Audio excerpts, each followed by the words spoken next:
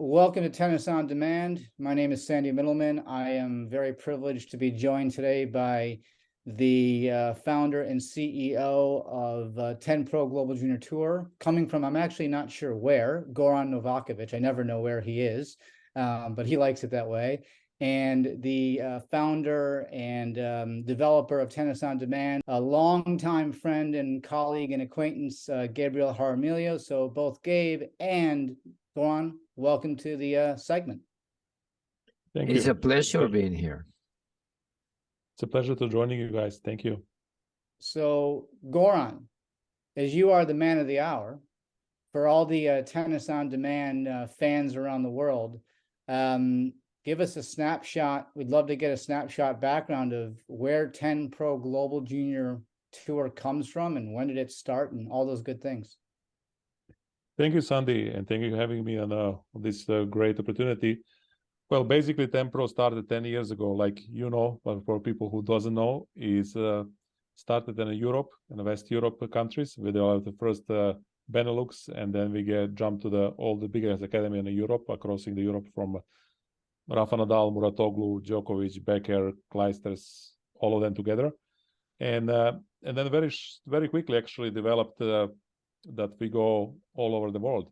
So we are now at the moment on all continents besides the South American, which is in a progress for the 2024. And quick update, story is very long, but quick update is we are, by example, in Melbourne, in Australia, or Sydney. We are in Tokyo, we Asia, we are in, let's say, Dubai. I will most likely forget somebody. Dubai, United States as well, all over the Florida, more or less. So basically, we are more or less everywhere present on all continents and Egypt, of course, and Africa and Cairo. Gabe is well recognized in the industry in terms of coaching with all the different players he's had the privilege and opportunity to work with, from back in the days, starting the Nick Bollettieri Tennis Academy with Nick, all the way to the current role in running the Altitude Academies in Port St. Lucie. So Gabe, again, great to have you on and appreciate this opportunity. And what would be something that you would think would be of interest to talk to Goran about or ask Goran when it comes to all the kids and the parents and the coaches that you work with, in hopes that they might play a tournament on Goran's tour someday? No, I like what he said about the tour, that it's expanding. It's a global tour, which I think is very important to help junior tennis. One thing that I would like to know is how many players does he have in the tour? How do the players qualify to get in the tour? How, if I want to send one of my students to participate, what do they have to do? We have around 10 to 12,000 kids during the year from all of the global tournaments. I believe in the moment is 160 different countries. What you need to do, you need to go to registration process like every other process. And then we are accepting players based on the very few things.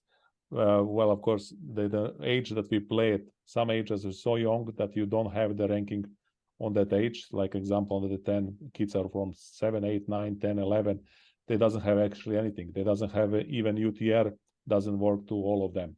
So then we select them through the many different channels of the how they play. How they go further, when you go 11, 12, 13, 14, 15, 16, that is already established the path with some points and some different contacts with the federations, and we apply on that one as well. So basically, you apply to the tournament, and we give you a feedback to you are accepted or not.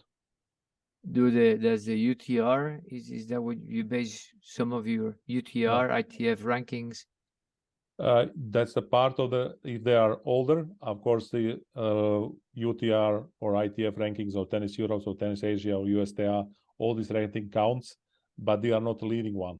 Leading one is that when we're seeing all the messages directly from the coaches, parents, and the players. So sometimes it's the videos, sometimes it's a different country that doesn't have the UTR. It's so many different countries, so many different perspectives. So some cases his answer is yes, some cases answer is not completely. And how many students can participate on each group, age group? Well, we created a unique program which is customized draw, and you can call it customized compass draw. So we don't depend anymore on the numbers. So it's not previously was always 32, 48, 64, or you name it. Now we can have any number. So it can be 37, can be 65, can be 81. Any draw can be any number. So we actually what we depending on number of the courts that we use in the facility, which we're using all of them, they are existing. And we play quite a lot of matches. So that's actually dividing how much can be the draw. And the way when you keep the score is what method do you use? The ITF? Do you use add, no add? Depends on the tournament. How does it work? No, every tournament is the same in that terms. Technically, we're using the best of three, so 2 winning sets. Third set is normal sets. Actually, everything is normal besides there is no add, is golden point, the receiver choice. So that's the only difference. Everything else is normal balls, normal rules, regardless of categories, normal 2 winning sets, normal tiebreak. Everything is normal. And with the let, we replay like profs, we replay the serve. All right. And it's not like a tournament. It's basically like a tour. So you have points. So the more tournaments they play, the more points they accumulate. And at the end, do you have a big tournament? Or how does it work? No, we don't. The first part is correct. Yes, we have the points. We applied the several different points. We have the own ranking system, 10 Pro.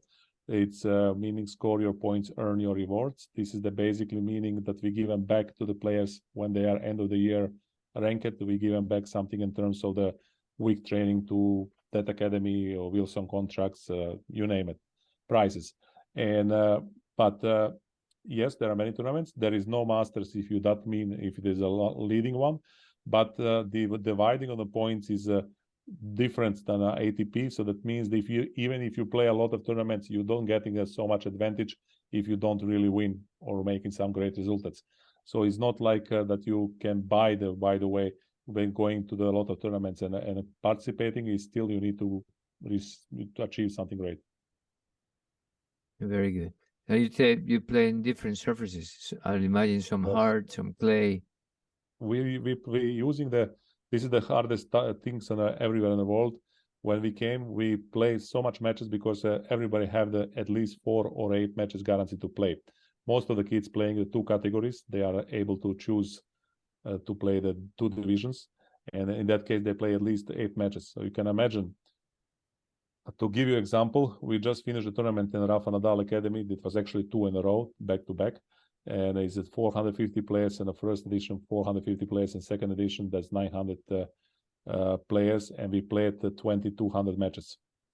So then you can calculate, and the important is how much that is. It's amazing a number of the matches. So that means we play everything. We divide the service per categories, and of course, one category getting one service, another one other, because there is no academy in the world. We have so much courts and one service. Then do they get UTR points? Do they get what kind of punctuation they get out of the tournaments? They are getting the 3 actions. First one is UTR points. Actually, we are very first UTR tournaments ever happens when the UTR started. Then second is they're getting the national points, but this is the tricky one because national points depending on the country.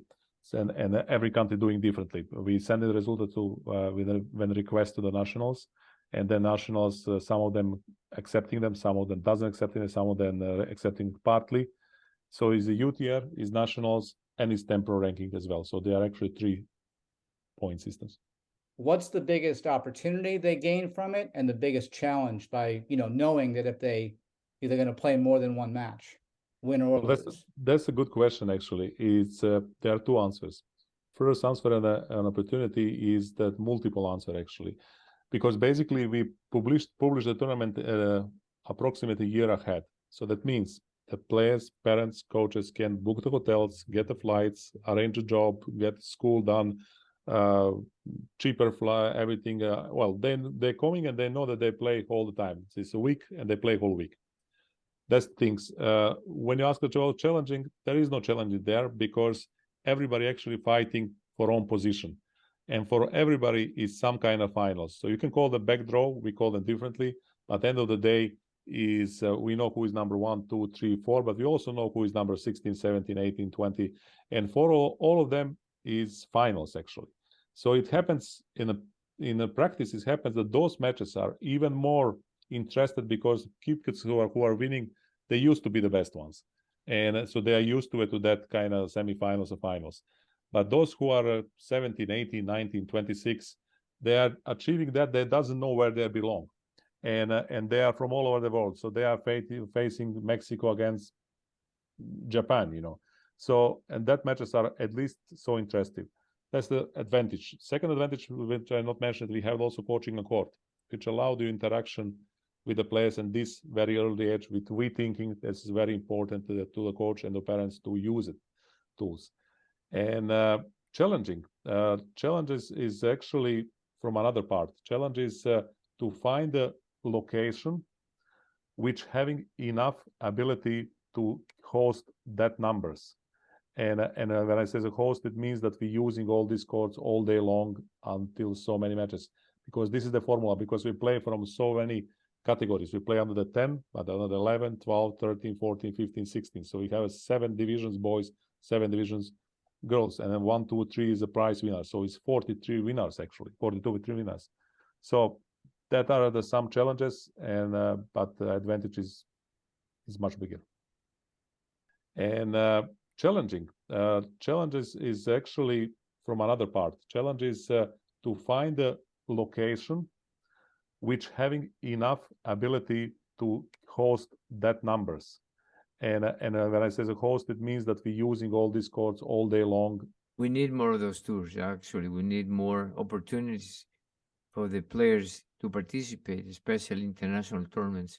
When you started the tour, what was your philosophy behind it? What was the end goal for the tour? Well, the philosophy was very simple and still is. From the day one until now, is many things changed, but philosophy was staying the same. Is created something what you want to be created for your own kid, and so that's the basically whole point. So we created something what we want to see it when our kids playing. I have the kids playing in tennis as well, and also high junior levels in the moment. So it was nothing to be found at that time. So we created something what we will like it to see it, to everywhere see it. And that's most likely the winning formula, because everybody recognizes themselves there. Since you have children, how old are your children? I have the 3 children, and one of them is a tennis player. He's 17 years old. And well, exactly when we started 10 years ago, he was a very small guy in terms of tennis. And it was nothing similar to be found. It was not existing. So we choose to path or to follow or to create something what should be according to our vision. And again, formula motto is create something what you will be like to see for your own. And that's what we've done it from the day one. Still doing. So for you, competition is important.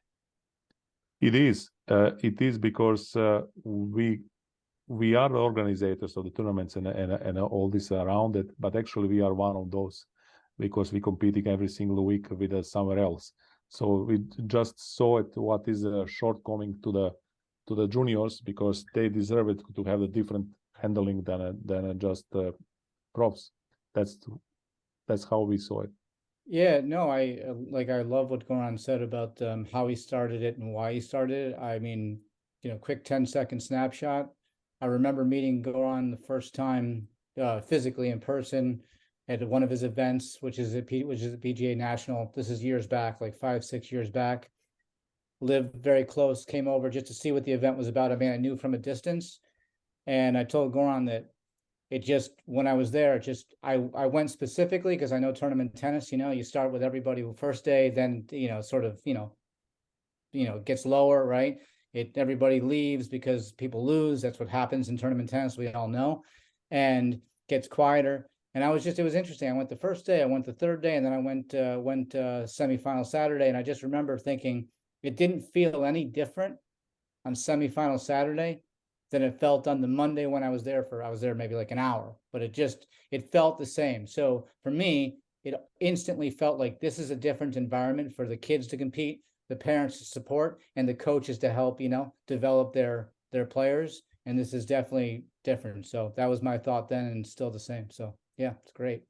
Sure, the addition on this one, actually really magic happens from the day 3. Because then 2 or 3 days people from all over the world need to adapt it. They need to find the hotels, restaurant where they can go to travel from hotels to the tournaments, or how they're going to eat, how to communicate, how to tournaments operating. They need a few days. And from the third day, because Sandy explained completely the same, first and last day or whatever day in the tournament is exactly the same. So that means in terms of the passion matches and everything, everybody stay, nobody lose. Everybody fighting for something. But then from third or fourth day, they are finding the solution to enjoy that. And then they're starting the friendship, then they're starting to watching the opponents, to get the friends, to get much more things what you can normally not see, because 1 or 2 or 3 days, unfortunately 70-80% already gone. And those who are left, again, they are used to it, to go to training, hotels, small profs. So actually magic happens from the second part of the tournament.